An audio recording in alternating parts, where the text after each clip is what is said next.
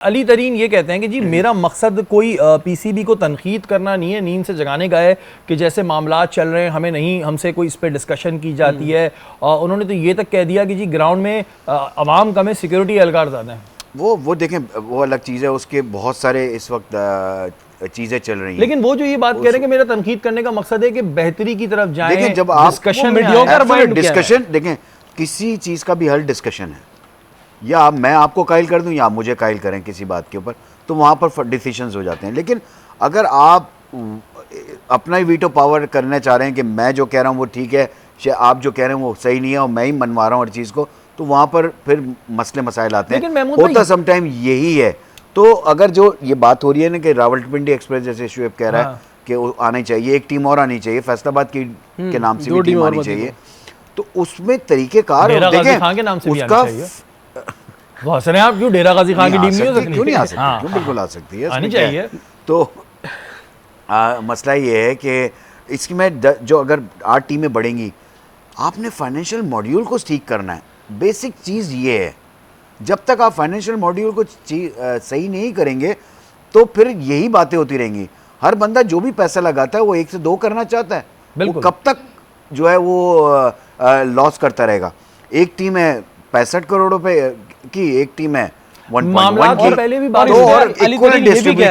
वो ये भी कह रहे हैं कि अगर हम ये फ्रेंचाइज छोड़ते हैं तो मुझे नहीं लगता कि ये फ्रेंचाइज कोई और खरीदेगा। अच्छा मुझे आप एक बात का जवाब दें, जैसे कि अली तरीन कह रहे हैं कि मेरा मकसद जो है वो तनकीद करना नहीं है। ज़ाहिर अली तरीन कोई छोटी पर्सनैलिटी तो है नहीं, कोई ऐसा तो है नहीं कि उनको टिकट नहीं मिल रहे हैं PSL के, वो खड़े में बाहर लाइन लगा के या आपको बोल रहे हैं भाई करीम टिकट दे दो। तो ये बातें लाजमी है कि सोशल मीडिया पे आके, पॉडकास्ट पे आके की जाएं। अगर वाकई में आप बेहतरी चाह रहे हैं या भलाई चाह रहे हैं तो ये बात इंटरनल लेवल पे भी हो सकती है ना। अब जाहिर है जब आप आके मीडिया पे या सोशल मीडिया पे करेंगे तो फिर सबको मौका मिलेगा, हर कोई बोलना शुरू हो जाएगा। आप क्या समझते हैं इस बारे में? देखिए इस पर हमारी उनसे बात हुई, अच्छा इन पर्सन ही बात हुई, हम स्टेडियम में थे जब उनसे बात हुई तो उन्होंने कहा कि हम तो कंटिन्यूसली उनका गेट नॉक करते रहे, हम कंटिन्यूसली उनसे बात करते रहे कि हमें मौका दें, हमें कुछ बातें करनी है, फाइनेंशियल मॉड्यूल ठीक करना है। वो लिटरली मीडियोकर माइंड कह रहे हैं, पाकिस्तान क्रिकेट बोर्ड के जो कुछ लोग बैठे हैं उनको ये कह रहे हैं कि भाई मैं मीडियोकर माइंड से नहीं चल सकता, मेरा मकसद पाकिस्तान सुपर लीग को खराब करना नहीं है, ये मेरे मुल्क की लीग है, मेरा मकसद इसको मजीद बेहतर करना है।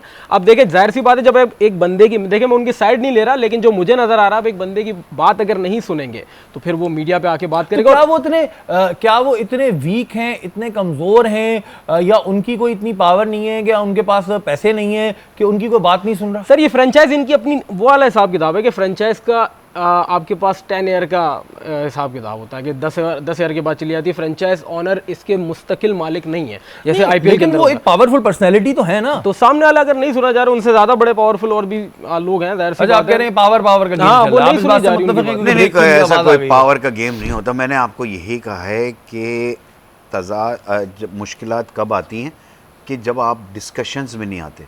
और बिल्कुल तुमने सही बात की, ये इंटरनल मामलात हैं, पहले इसको कोशिश तो करो कि इसको हल करो, किसी तरह भी हल करने की कोशिश करो।